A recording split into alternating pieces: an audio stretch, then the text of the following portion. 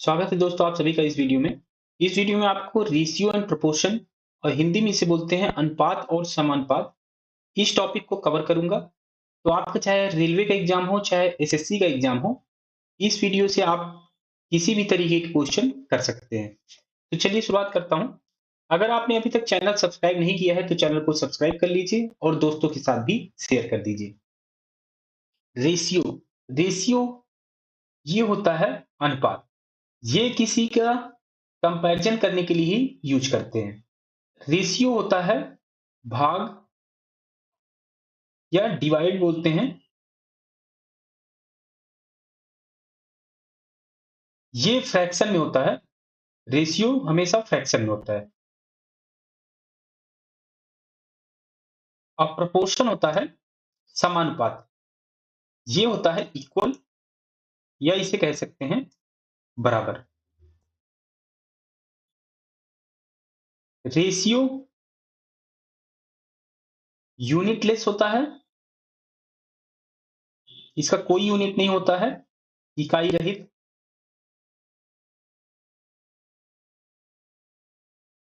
और इसकी यूनिट भी हो सकती है। यूनिट भी हो सकती है। रेशियो हमेशा सेम यूनिट से ही निकालते हैं। जैसे अगर हम रेशियो ले रहे हैं किसी वेट का रेशियो ले रहे हैं, wait 1 upon weight to,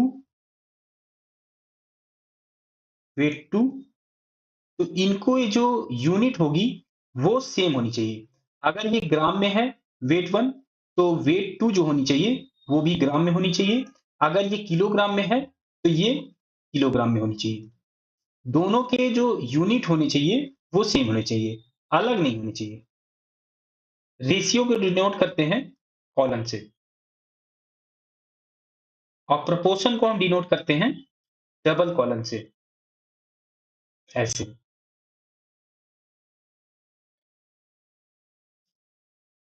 ratio में कुछ और टर्म होते हैं। इनवर्स रेशियो, जैसे अगर कोई रेशियो है ए इज टू बी, तो इसका इनवर्स रेशियो होगा आई आर। ये हो जाएगा बी इज टू ए। जैसे एक एग्जांपल में बताऊं आपको, 2:3 प्रतिलोमानुपात निकालना है या कहें व्युत्क्रमानुपात निकालना है, तो ये हो जाएगा आई आर। इन दोनों नंबर का आपको एलसीएम निकालना पड़ेगा और उसे डिवाइड करना पड़ेगा ये जो नंबर है उससे। तो जैसे इसका एलसीएम आ जाएगा 3 दूनी 6, तो एलसीएम को डिवाइड करेंगे ये नंबर से। ये नंबर से डिवाइड किया और यहाँ इस टू का साइन था प्रोपोर्शन का, और दूसरे नंबर का निकालना है इनवर्स रेशियो, तो ये हो जाएगा एलसीएम अपॉन सेकेंड नंबर। ये 3 था तो यहाँ पे 3, और एलसीएम इसका 6 आ गया, तो 6/2 इज टू 6/3। तो इसका इनवर्स रेशियो आ जाएगा 6/2, ये हो जाएगा 3 और ये हो जाएगा 2। अगर दो नंबर हैं तो आप डायरेक्ट यहां से लिख सकते हैं 3:2। और इसमें अगर दो से ज्यादा नंबर हैं तब आप ये फार्मूला अप्लाई करिएगा कि एलसीएम को उस नंबर से डिवाइड करेंगे तो आईआर आ जाएगा उसके रिस्पेक्ट में। ऐसे ही कितने भी नंबर होंगे ऐसे ही आप निकाल सकते हैं इस फार्मूले से, ये वाले फार्मूले से। कुछ और टर्म इसमें यूज होते हैं, मैं उसको भी बता देता हूं। डुप्लीकेट रेशियो, डुप्लीकेट रेशियो होता है अगर कोई ratio A is to B है, ए इज टू बी है, तो इसका डुप्लीकेट रेशियो हो जाएगा A square is to B square. इन दोनों इन दोनों नंबर का स्क्वायर कर देंगे तो हमें डुप्लीकेट रेशियो मिल जाएगा, वर्गानुपात मिल जाएगा। और अगर कहा जाए कि सब डुप्लीकेट रेशियो चाहिए तो ये हो जाता है √a इज टू √b। इस रेशियो को निकालना है सभी में, ये हो जाता है वर्गमूलानुपात। और अगर इसी में ट्रिप्लीकेट रेशियो पूछा जाए या कहा जाए कि घनानुपात क्या होगा, तो ये हो जाएगा a³ इज टू b³। और इसी में अगर सब ट्रिप्लीकेट पूछा जाए रेशियो, इसे घन मूलानुपात बोलते हैं हिंदी में, ये हो जाएगा √a इज टू √b। ये आपको टर्म याद रखने हैं क्योंकि ये भी एग्जाम में पूछे जा सकते हैं। कंपाउंड रेशियो क्या होता है? मिश्रानुपात, यौगिक अनुपात भी बोलते हैं इसे। तो ये अगर रेशियो दिया हुआ हो, 2 रेशियो दिए हुए हों या 2 से ज़्यादा भी रेशियो दिए हुए हों, जैसे A:B और C:D दिया हुआ हो और इसमें पूछा जाए कि कंपाउंड रेशियो क्या होगा, मिश्रानुपात या यौगिक अनुपात, तो ये हो जाएगा कि दोनों के जो पहले टर्म होंगे, वो एक साथ मल्टीप्लाई हो जाएँगे और जो दूसरे टर्म होंगे, बाद वाला टर्म होगा, वो एक साथ मल्टीप्लाई हो जाएँगे। तो A C के साथ मल्टीप्लाई हो जाएगा और B D के साथ मल्टीप्लाई हो जाएगा। तो ये हो जाएगा AC:BD। ये हो जाएगा कंपाउंड रेशियो या कहें इसे मिश्रानुपात या यौगिक अनुपात। रेशियो को हम A:B की जगह हम लिख सकते हैं A/B के भी फॉर्म में लिख सकते हैं, A/B के फॉर्म में। जैसे ये है A:B और C:D, तो इसे हम लिख सकते हैं A/B और C/D। और इस मिश्रानुपात को हम लिख सकते हैं, ये हो जाएगा A इंटू C, अंश का अंश से मल्टीप्लाई हो जाएगा और हर का हर से मल्टीप्लाई हो जाएगा। तो ये हो जाएगा AC/BD। तो इसे ऐसे भी फॉर्म में लिखा जा सकता है, तो इसे भी आप याद रखिएगा। यौगिक अनुपात पे आया हुआ क्वेश्चन है, एसएससी सीएचएसएल में आया हुआ क्वेश्चन है। अभी लेटेस्ट क्वेश्चन है, 2023 में आया हुआ क्वेश्चन है। इसमें दिया हुआ है 3:4 और 6:7 का यौगिक अनुपात ये दिया हुआ है। तो x क्या होगा ये फाइंड करना है। तो यौगिक अनुपात यहाँ से निकाल लें। ये 2 अनुपात दिए हुए हैं, तो ये लिख सकते हैं हम 3/4 और एक अनुपात है 6/7। यौगिक अनुपात क्या हो जाएगा? Compound ratio.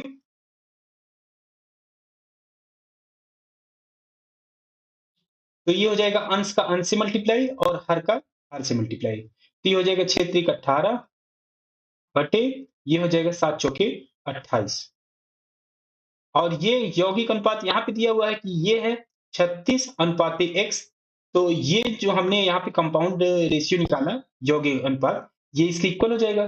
तो 18 बटे 28 ये इक्वल हो जाएगा इसके। ये दिया हुआ है 36:x, तो इसे भी ऐसे ही लिख लें। तो ये हो जाएगा 36/x, ये दोनों इक्वल हो जाएंगे। तो 18 से इसे डिवाइड करें तो ये आ जाएगा 2। तो ये क्रॉस मल्टीप्लाई होगा तो ये x इक्वल टू हो जाएगा यहाँ से 28 दूनी 56। तो x की वैल्यू यहाँ से आ गई 56। ऑप्शन सी इसमें करेक्ट हो जाएगा। ऐसे क्वेश्चन आपको दे सकते हैं यौगिक अनुपात के। रेशियो प्रोपोर्शन क्वेश्चन बहुत पूछे जाते हैं। रेशियो एंड प्रोपोर्शन,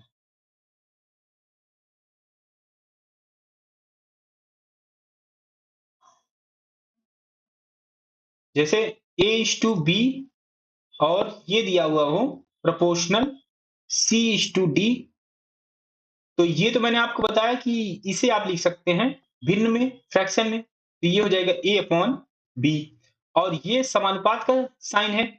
मैंने शुरू में आपको बताया था यहाँ पे ये समानुपात, समानुपात ये होता है इक्वल। तो इसके जगह हम लिख सकते हैं इक्वल।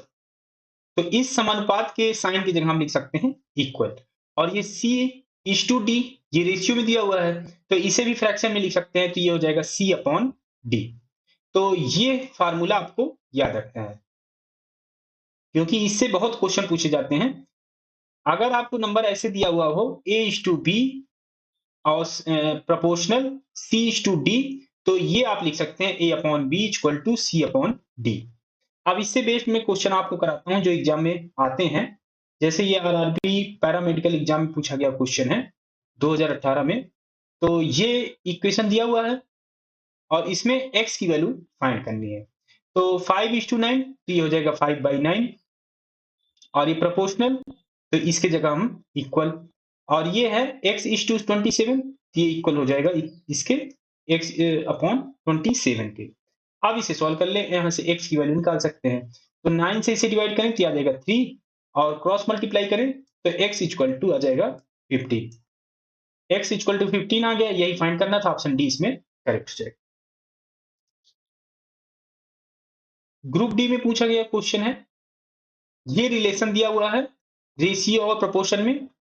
तो P:18 ये रेशियो दिया हुआ है, तो इसे हम लिख सकते हैं P/18 और ये प्रोपोर्शन है समानुपात में, तो ये इक्वल का लिख दें यहाँ पे समानुपात की जगह, और ये 5 अनुपाते 3 है, तो इसे हम लिख सकते हैं 5/3। अब यहाँ से हम आसानी से p की वैल्यू निकाल सकते हैं। तो 3 से इसे डिवाइड करेंगे तो ये आ जाएगा 6, तो p इक्वल टू हो जाएगा 6 पंचे 30। तो p की वैल्यू आ गई यहाँ पे 30। तो ये ऑप्शन बी में, तो ऑप्शन बी करेक्ट हो जाएगा। ऐसे भी लैंग्वेज वाले क्वेश्चन आ सकते हैं। एक आयताकार बोर्ड की लंबाई और चौड़ाई के मध्य अनुपात दिया हुआ है, 7:5 है। यदि बोर्ड की चौड़ाई यदि बोर्ड की चौड़ाई 20.5 सेंटीमीटर है, तो बोर्ड की लंबाई ज्ञात कीजिए कि क्या होगी। यहाँ पर आयताकार बोर्ड की लंबाई और चौड़ाई का के मध्य अनुपात दिया हुआ है, तो लंबाई और चौड़ाई का अनुपात दिया हुआ है, तो लंबाई बटे चौड़ाई,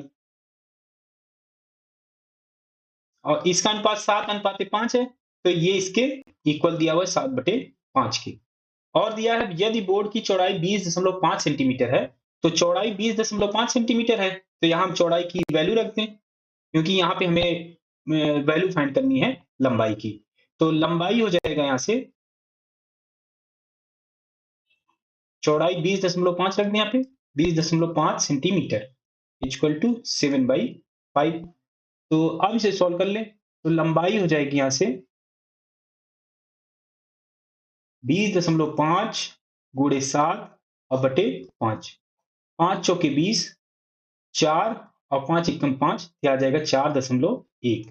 4.1 को 7 से मल्टीप्लाई करते हैं, तो 7 एकम 7, दशमलव 7 चौके 28, तो 28.7, और ये सेंटीमीटर में था, तो ये आ जाएगा सेंटीमीटर। तो ये ऑप्शन सी में, तो ऑप्शन सी करेक्ट हो जाएगा। एक इसी तरह का सेम क्वेश्चन है। इसमें दिया हुआ कि मिश्र धातु में सोने और चांदी के भार का अनुपात ये दिया हुआ है। यदि मिश्र धातु में चांदी का वजन 2.7 ग्राम है, तो मिश्र धातु में सोने का वजन ज्ञात करें, क्या होगा। तो इसे आप क्वेश्चन नंबर 5 डाल के कमेंट करिएगा कि इसमें आंसर क्या आएगा। मैं कुछ कॉन्सेप्ट आपको बताता जाऊंगा और उसी से रिलेटेड कुछ क्वेश्चन आपको भी देता जाऊंगा, जिससे आपका भी प्रैक्टिस होती जाए इसके साथ।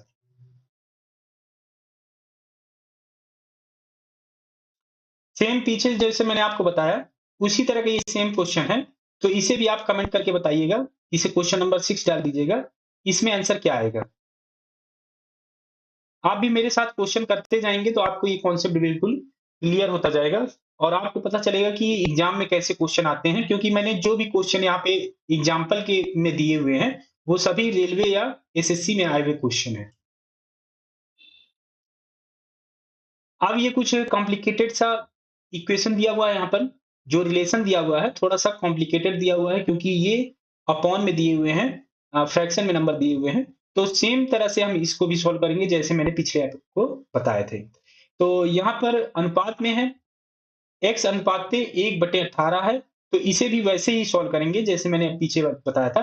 तो इसे हम लिख सकते हैं x बटे, और ये 1/18 है, तो 1/18 इसे लिख लें, और ये समानुपात प्रपोर्शन में दिया हुआ है, तो इसे इक्वल, और ये है 3/5 अनुपाते 5/9, तो ये हो जाएगा 3/5 और बटे ये हो जाएगा 5/9।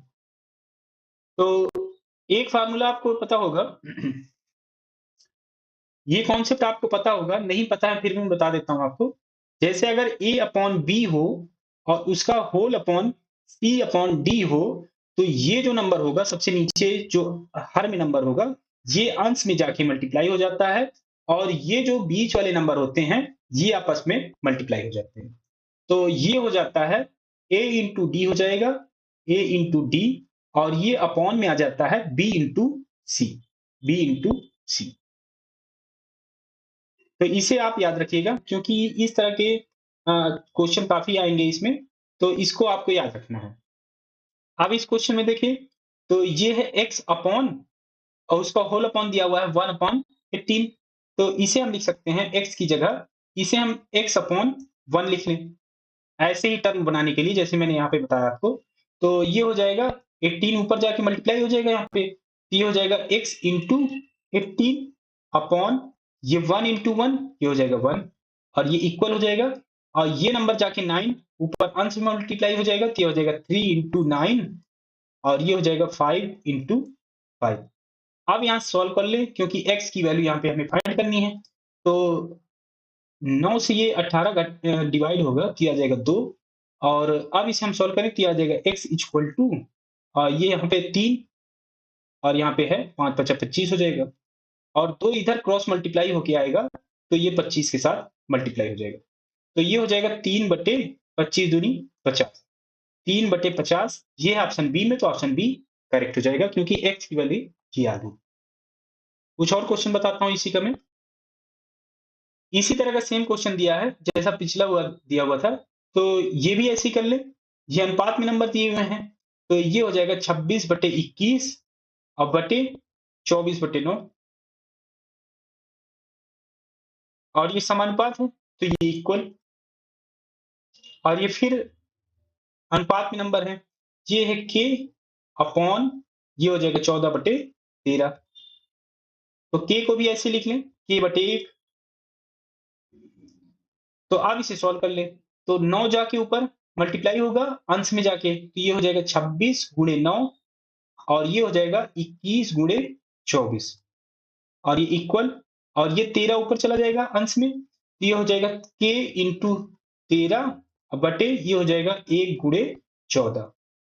तो अब इसे सॉल्व करें, तो 13 से इसे डिवाइड कर सकते हैं, तो ये हो जाएगा 2। और 2 से इसे डिवाइड करें, तो ये आ जाएगा 12। और 9 से ये डिवाइड नहीं हो सकता, 3 से कर सकते हैं।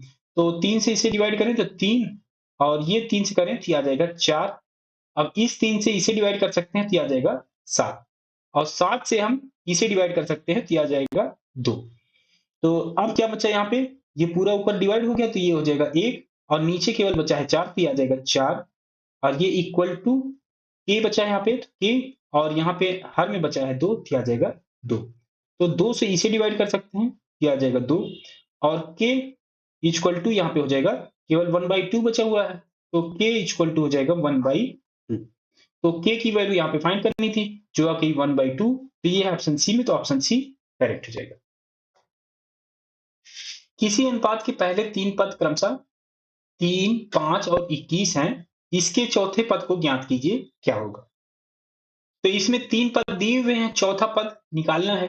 तो इसमें 4 पद हैं, जो अनुपात है उसमें 4 पद हैं, तो ये हो जाएगा a अनुपात b, और समानुपात होगा तभी 4 पद आएंगे, तो ये हो जाएगा c अनुपात d।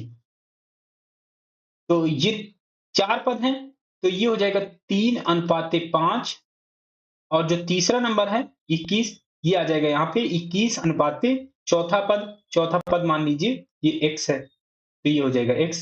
तो यहाँ से अब x की वैल्यू आप निकाल सकते हैं, या तो आप डायरेक्ट फार्मूला याद रखिए। अगर आप इसको कंफ्यूज हो रहे हैं इसमें, तो आप इसका डायरेक्ट फार्मूला याद कर सकते हैं, a upon B equal to C upon D.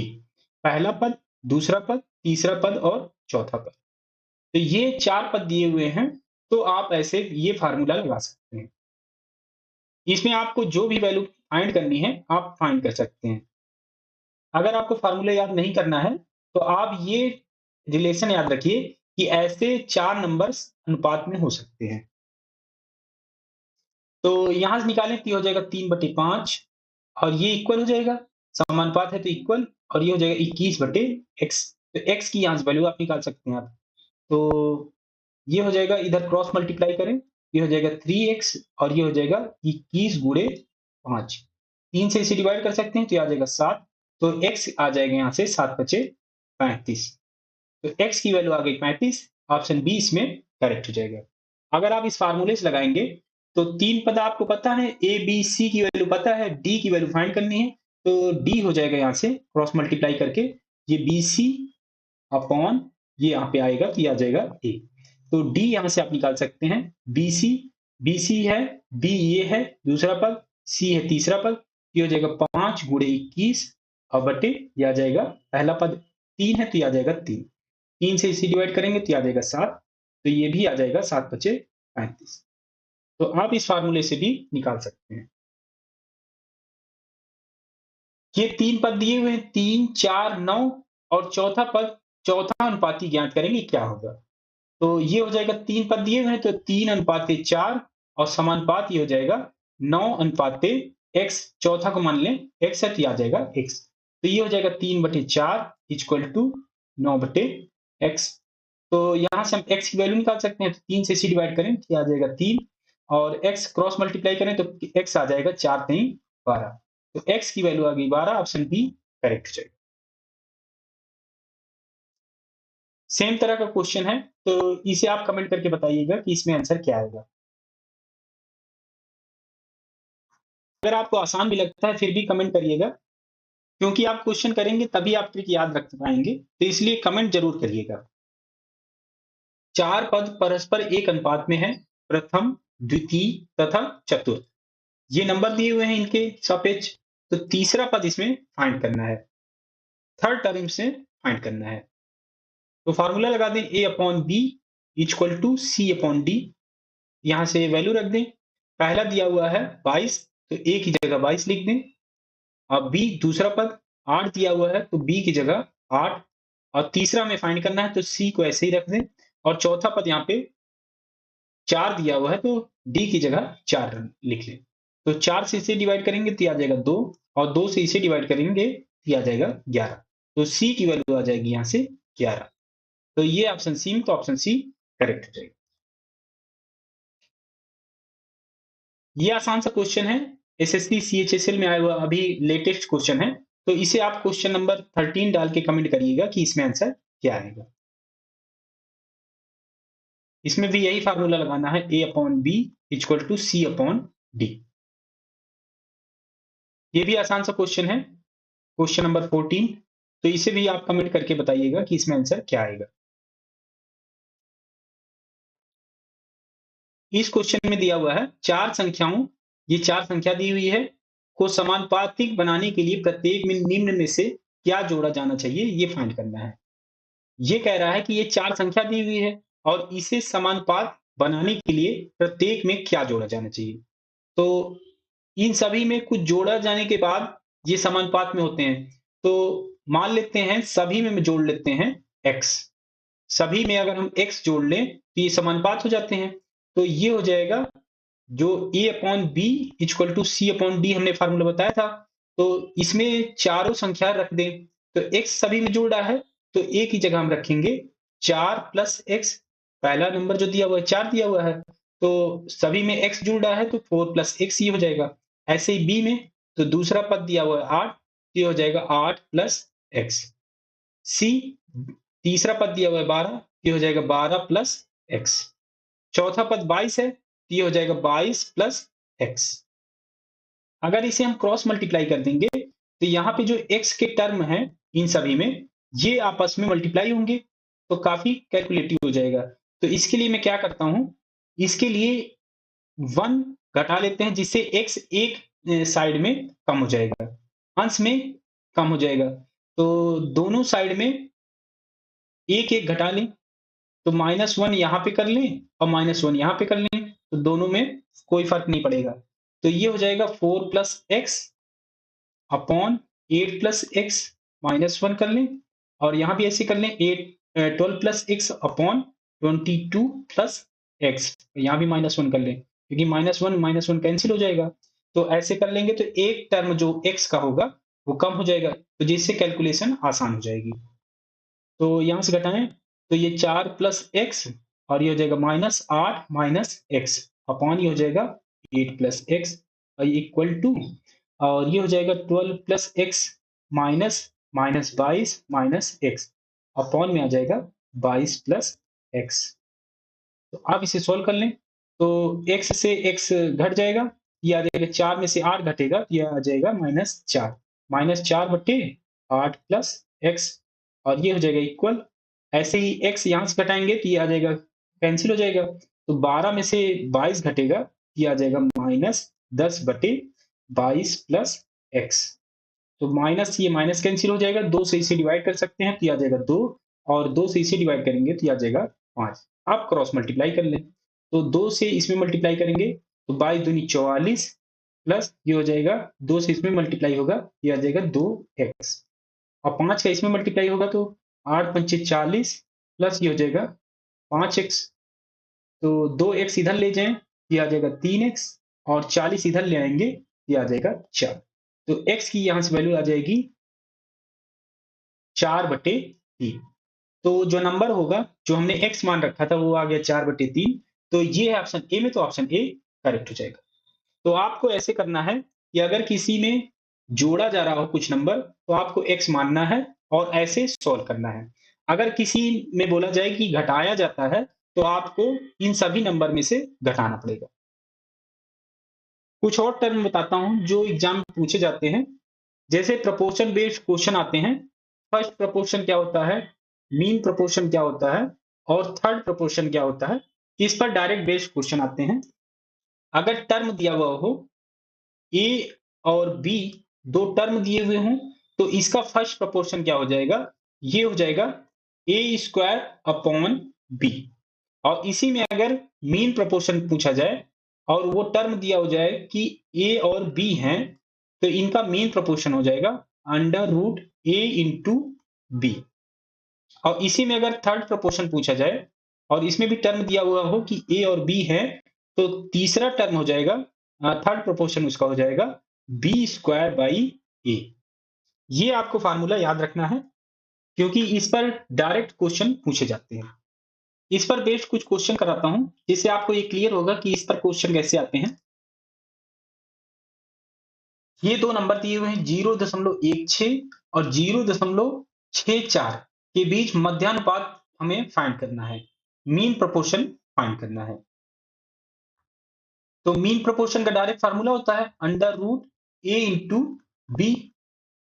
तो ये हो जाएगा √a, इसमें ये दिया हुआ 0.16, ये हो जाएगा 0.16 गुणे दूसरा पद दिया हुआ 0.64, ये हो जाएगा 0.64।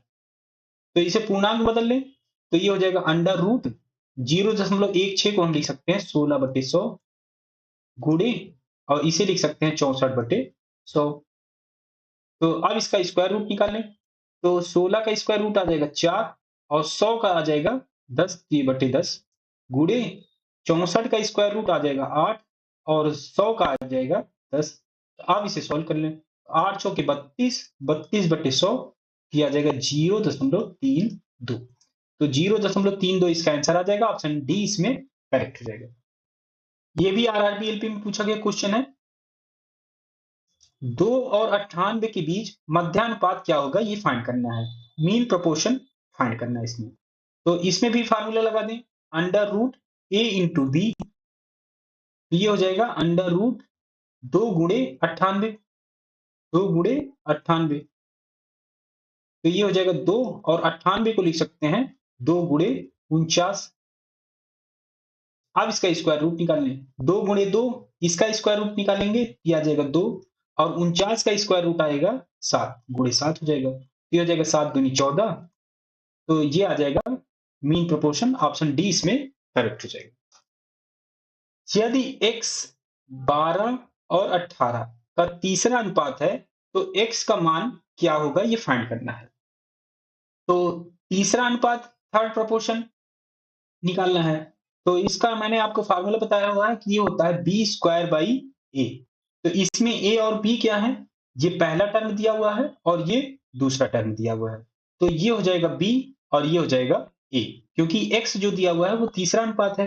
तो ये हो जाएगा, पहला हो जाएगा 12 और दूसरा हो जाएगा 18। तो ये हो जाएगा थर्ड प्रोपोर्शन, इसका निकल आएगा 18 गुणे 18 और बटे 12। तो आप इसे सॉल्व कर लें, तो 4 से इसे हम 3 से डिवाइड कर सकते हैं, तो ये आ जाएगा 4। तो 3 से इसे डिवाइड करेंगे तो ये आ जाएगा 6। तो 2 से इसे डिवाइड कर सकते हैं, ये आ जाएगा 3, और 2 से इसे डिवाइड करेंगे, ये आ जाएगा 9। तो ये हो जाएगा 9 त्रिक 27। तो इसका तीसरा प्रोपोर्शन आ जाएगा 27। इसमें मिसप्रिंट हो गया है, तो किसी को बना लेते हैं, ऑप्शन डी को बना लेते हैं 27। तो इसका ऑप्शन डी करेक्ट हो जाएगा, इसमें आंसर 27 ही आएगा। 25 और 45 का तीसरा अनुपात ज्ञात कीजिए। तो दो नंबर दिए हुए हैं, ये ए हो जाएगा और ये बी हो जाएगा। तो तीसरा अनुपात फाइंड करना है, थर्ड प्रोपोर्शन, ये हो जाएगा b²/a। तो b हो जाएगा 45, तो ये हो जाएगा 45 गुणे 45 और a हो जाएगा यहाँ पे 25 दिया जाएगा डिवाइड में 25। तो आप इसे सॉल्व कर लें तो 5 से इसे डिवाइड करें तो आ जाएगा 5, 5 से इसे डिवाइड करेंगे तो आ जाएगा 9, फिर इसे 5 से डिवाइड करें तो आ जाएगा 9, ये हो जाएगा 9 9 81। तो तीसरा अनुपात आ जाएगा यहाँ पे 81, ये है ऑप्शन सी में, तो ऑप्शन सी करेक्ट हो जाएगा। ये लेटेस्ट क्वेश्चन मैं आपको बता रहा हूँ, इसका एसएससी सीएचएसएल में आया हुआ। यदि 14 x और 56 एक क्रमागत अनुपात में है तो x का मान ज्ञात कीजिए कि क्या होगा।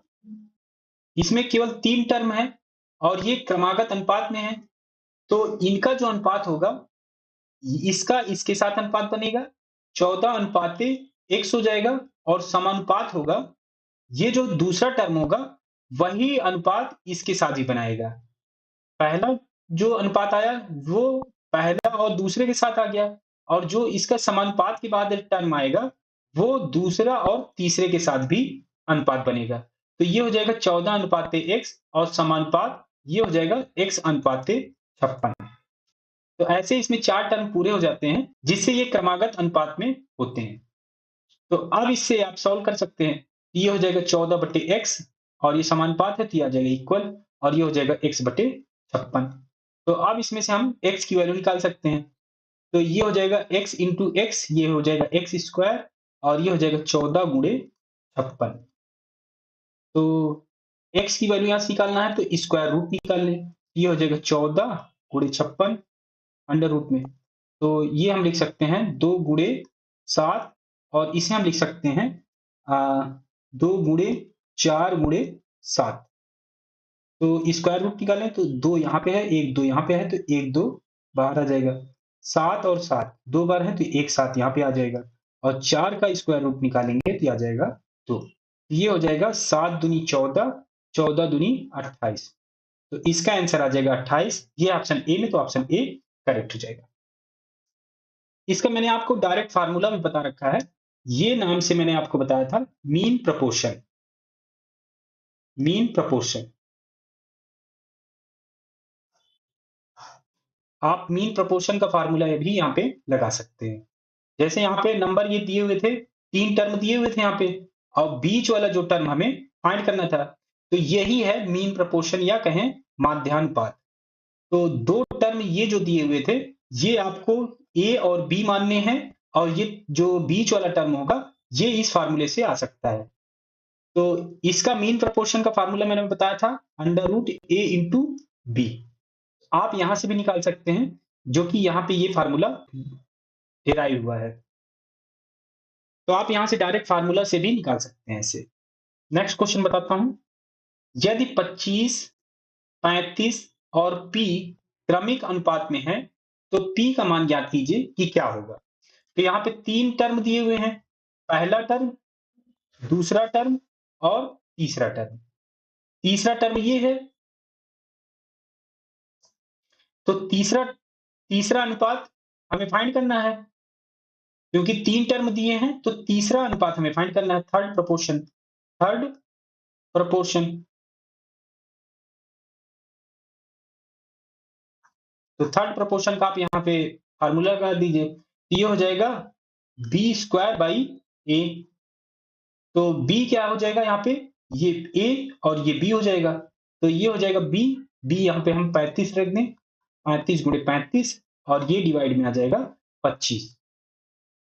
तो 5 से इसे डिवाइड कर सकते हैं तो ये आ जाएगा 5, 5 से इसे डिवाइड करें तो ये 7, 5 से इसे डिवाइड करेंगे तो ये आ जाएगा 7, और ये 7 गुणे 7 ही हो जाएगा 49। तो ये हो जाएगा इसका आंसर, ऑप्शन डी इसमें करेक्ट हो जाएगा। इसे आप दूसरे ट्रिक से भी लगा सकते थे, ये वाला ट्रिक जो मैंने यहाँ पे बताया आपको। जैसे इसमें से मैं बता देता हूँ आपको, 3 टर्म है तो पहला और दूसरा अनुपात में आ जाएगा, 25 अनुपातिक 35 हो जाएगा, और समानुपात करेंगे तो ये जो दूसरा टर्म होगा उसी के साथ ये जो नेक्स्ट टर्म आएगा उसके साथ भी अनुपात हो जाएगा। तो ये हो जाएगा 35:3। आप इसमें से भी निकालेंगे तो भी यही सेम आंसर आएगा। तो आप इसे डायरेक्ट फार्मूला से भी आसानी से निकाल सकते हैं, इसमें कम टाइम लगेगा आपको। नेक्स्ट क्वेश्चन बताता हूं। 12x और 48 एक क्रमागत अनुपात में है तो x का मान ज्ञात कीजिए कि क्या होगा। तो पहला टर्म हमें पता है, पहला, और यहाँ पे बीच वाला फाइंड करना है इसमें।